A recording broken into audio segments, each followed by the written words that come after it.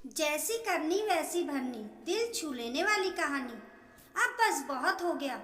अपने इतने सुंदर से घर में मैं आपकी बूढ़ी और अनपढ़ माँ को अपने साथ नहीं रख सकती। उनका कहीं और इंतजाम करो। पहले की बात अलग थी। जब बाबूजी थे तो वह कितने अच्छे से घर का काम काज करती थी और कभी भी मेरे दोस्तों के सामने नहीं आती थी। पर बाबूजी के जाते ही उन्होंने तो रसोई में जाना ही छोड़ दिया। जब देखो तब खांसते खांसते मेरी सहेलियों के सामने आ जाती हैं। मेरी कितनी बेइज्जती होती है।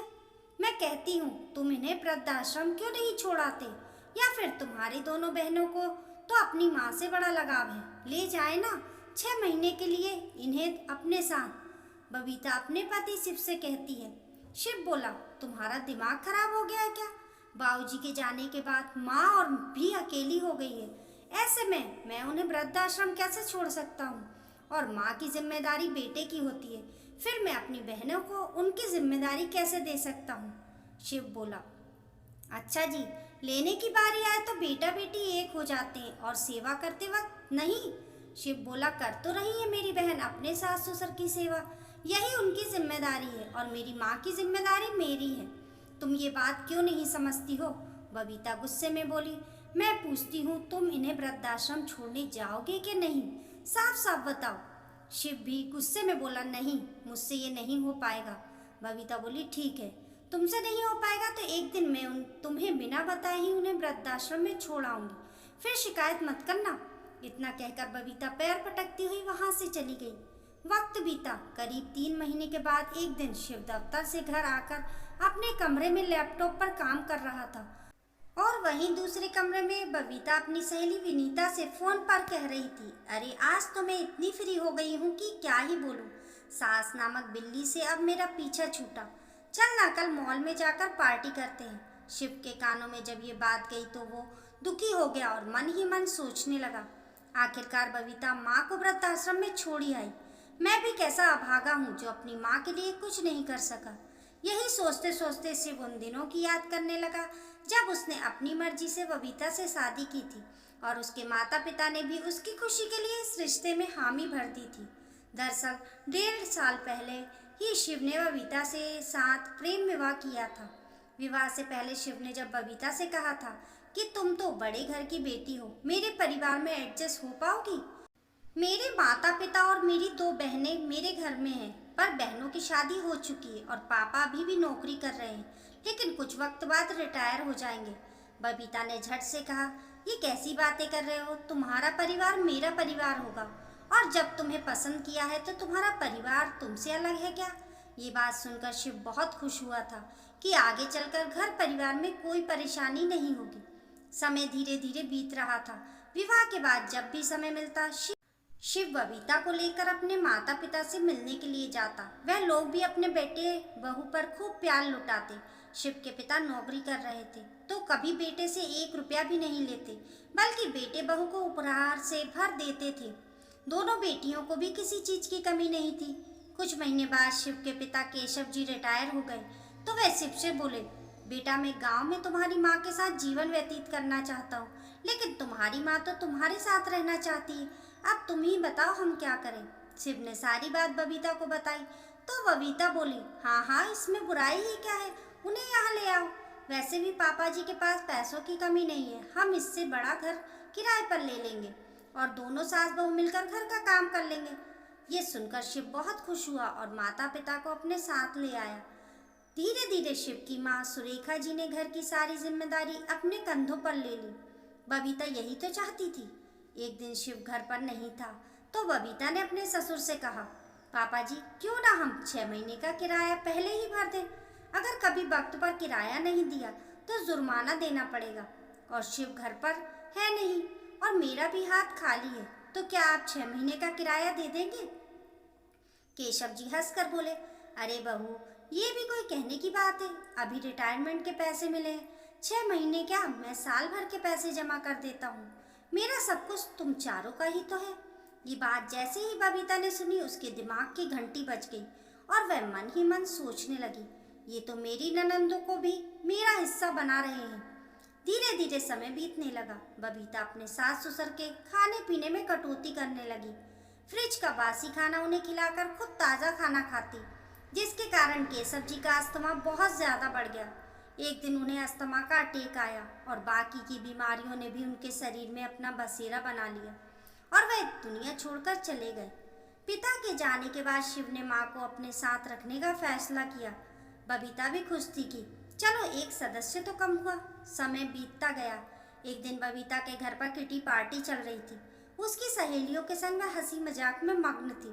तभी सुरेखा जी, जो अपने कमरे में जोर जोर से खांस रही थी, उनकी खांसने की आवाज़ डाइनिंग रूम तक आने लगी। इतने में बबीता की सहेली विनीता बोली, यार बबीता, कहीं तुम्हारी सास की बीमारी हम लोगों को ना लग जाए। और हमारा छोड़ो, पहले अपने बारे में सोचो। अभी तुम्हारी शादी को वक्त ही कितना हुआ है। तुम कब तक सास नाम की इस घंटी को अपने गले में बांध के रखोगी? तुम्हें पता है, मैंने तो अपनी सास को महीने भर पहले ही अपने घर से आउट कर दिया। इतना सुनते ही बबीता की बाकी की सहेलियां भी विनीता के साथ हंसने लगी। बबीता की सहेलियों ने जो कहा, बबीता के दिमाग में वह बात बैठ गई।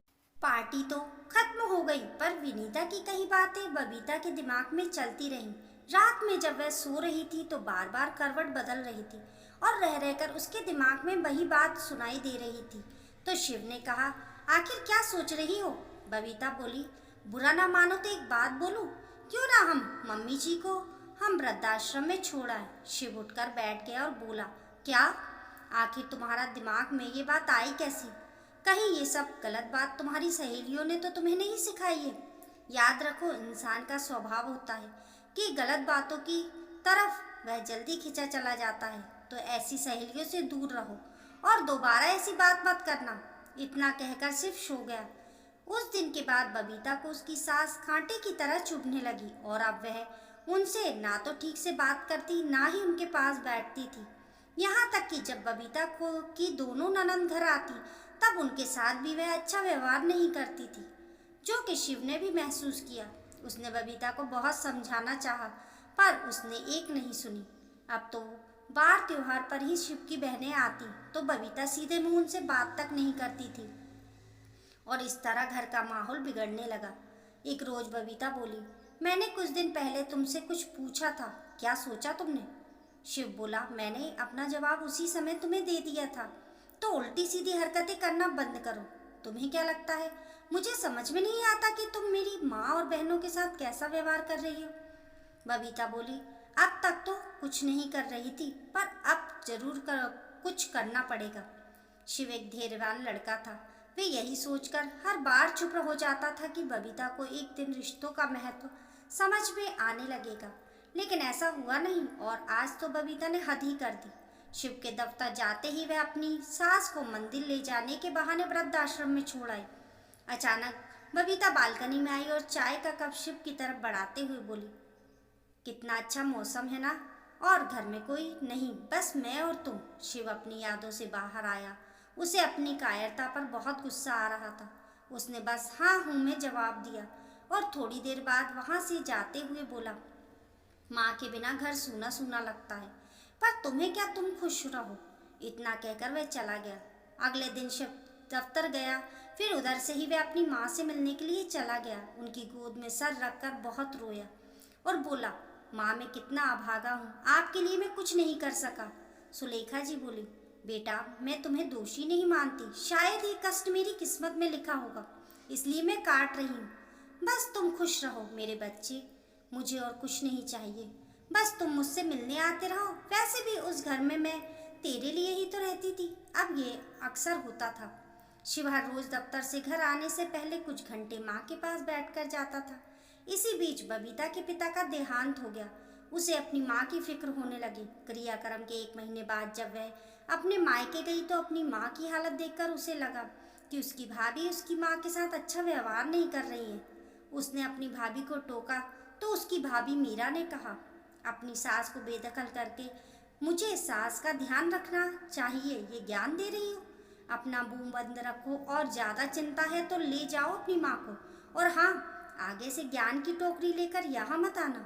उस दिन बबीता मुंह लटकाकर वापस अपने घर आ गई। 2-3 दिन बाद बबीता के पास फोन आया कि आपकी माँ वृद्धाश्रम में और बहुत बीमार है ये सुनकर वह चकित रह गई कि अभी तो मैं माँ से मिलकर आई थी। उसने वृद्धाश्रम का नाम पूछा और जब उसे पता चला तो उसको विश्वास नहीं हुआ, क्योंकि यह वही वृद्धाश्रम था जहाँ कभी बबीता अपनी सास को झूठ बोलकर छोड़ आई थी।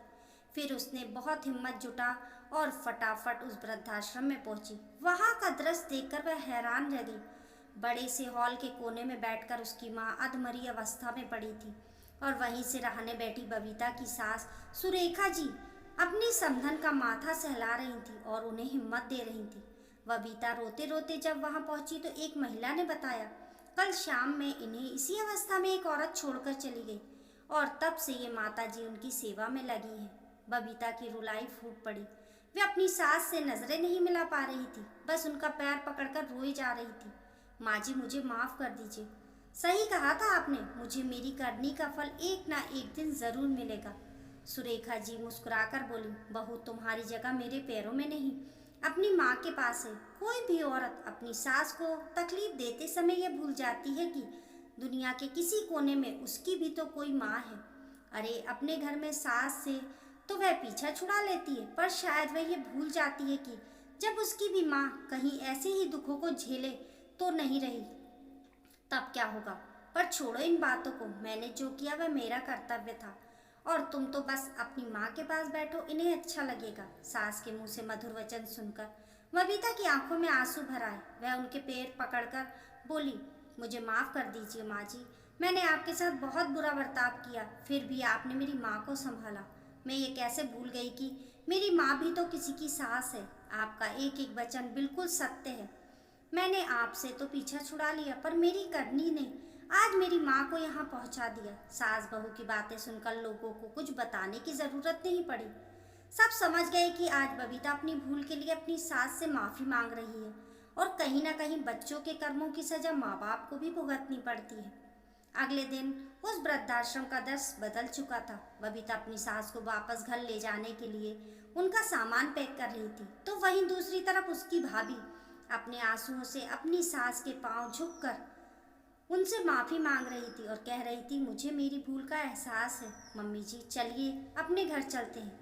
अगर आज मैं आपसे पीछा छुड़ा लूंगी तो कल को मैं भी इसी अवस्था में पाई जाऊंगी।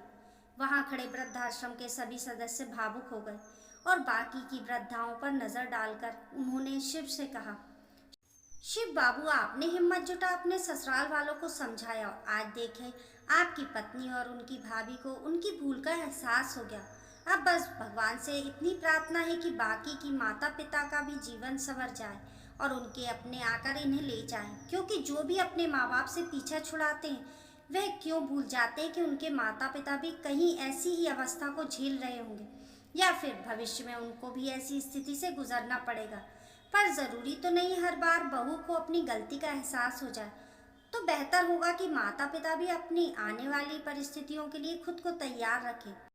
दोस्तों, आपको आज की हमारी कहानी पसंद आई हो तो हमें कमेंट करके ज़रूर बताएं। पसंद आने पर लाइक और शेयर करें। ऐसी ही अच्छी अच्छी कहानियों के लिए चैनल को सब्सक्राइब करना ना भूलें। मिलते हैं फिर एक नई कहानी के साथ, तब तक के लिए नमस्कार।